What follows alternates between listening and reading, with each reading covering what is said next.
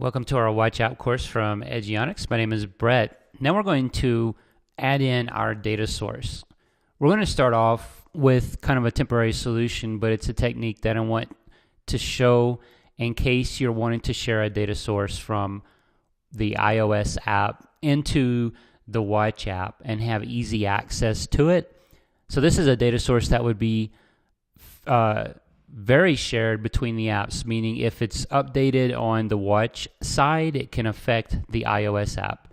And if it's updated on the iOS side, it can affect the Watch app because they're both using the same data source. So we're going to see how this works in case it's a technique you might want to use at some point. And what we're going to do ultimately, though, is allow the iOS app to get the newest data, so like the newest stadium play dates and opposing team information, and then send that to the Watch. So the Watch doesn't have that shared data source. But there are maybe cases where you'll want to share that data source. So here's what I mean by sharing a data source. We have our Stadium Manager, and that has all the data. So right now, this data could come from like a website, a cloud service, or something like that. Maybe it could be in core data. Whatever it might be, we're being very simple here and mocking it up in a simple array. And ultimately, you would probably feed it out as an array like we did right here. But for now, this is how we're creating it.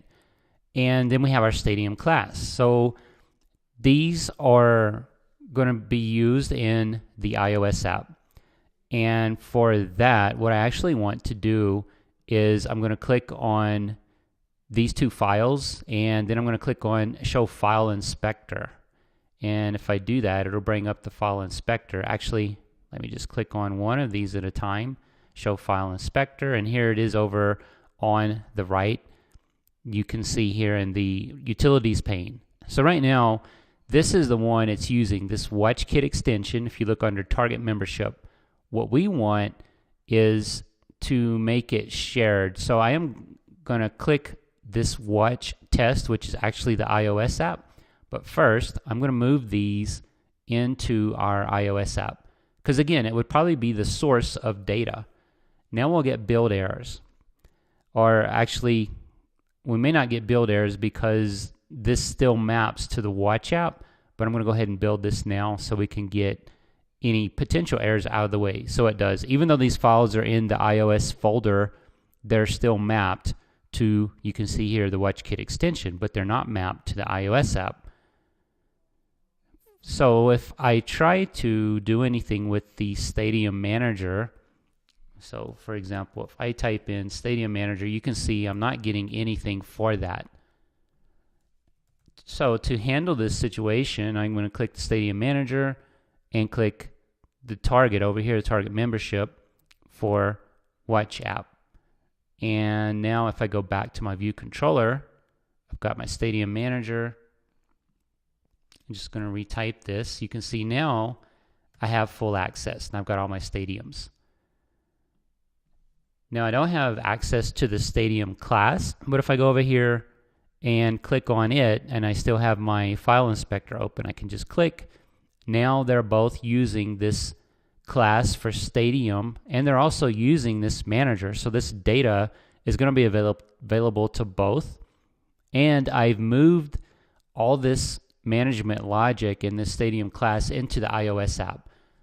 Now, my philosophy is to keep the Watch app fairly light in regards to logic and handling of data and those kinds of things. Let the iOS app manage a lot of that and push information as needed to the Watch app.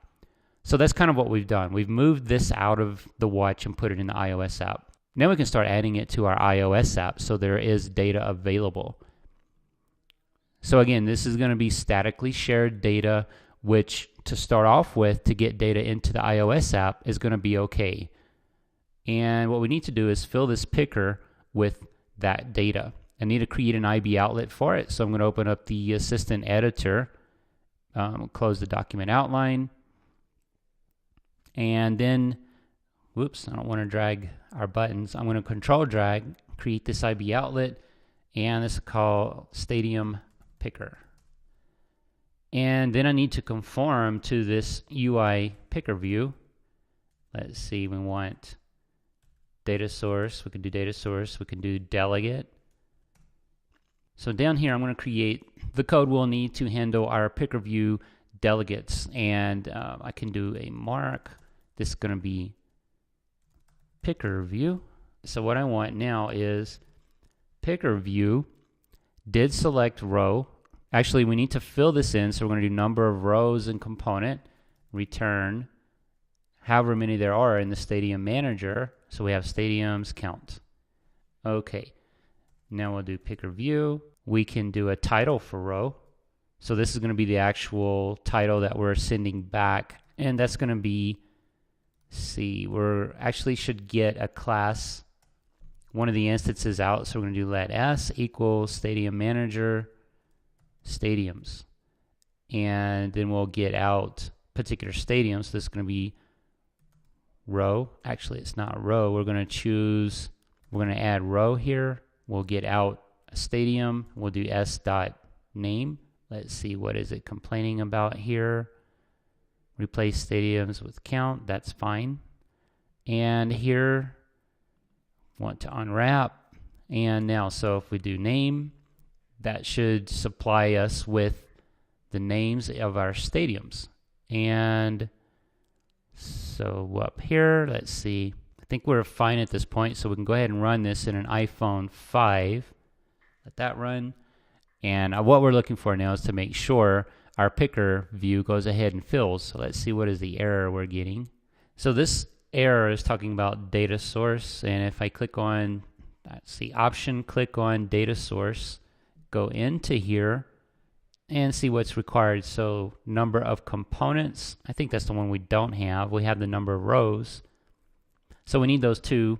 We have the rows, this one. We don't have the components, I believe. Let's look. What do we have here?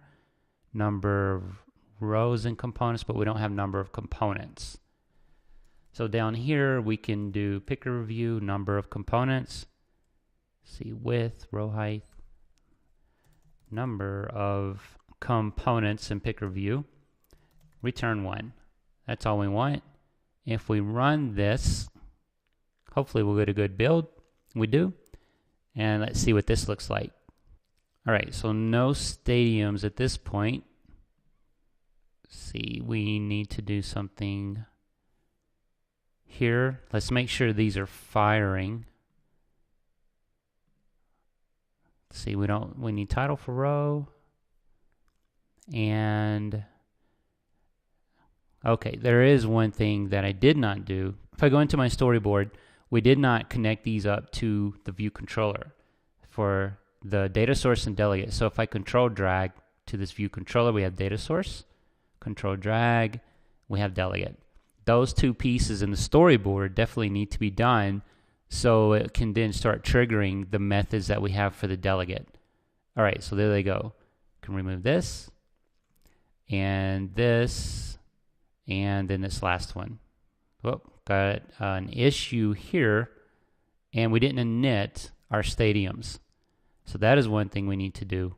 And view did load. So these are static. View did load fires one time, so that's why we can do it here. So init stadiums. Because we only need to initialize it once because it's not changing. So that will work fine. There they are. And now what we want to do is when we click, we can set a default, and we can also view the details. That's what we're going to work on next.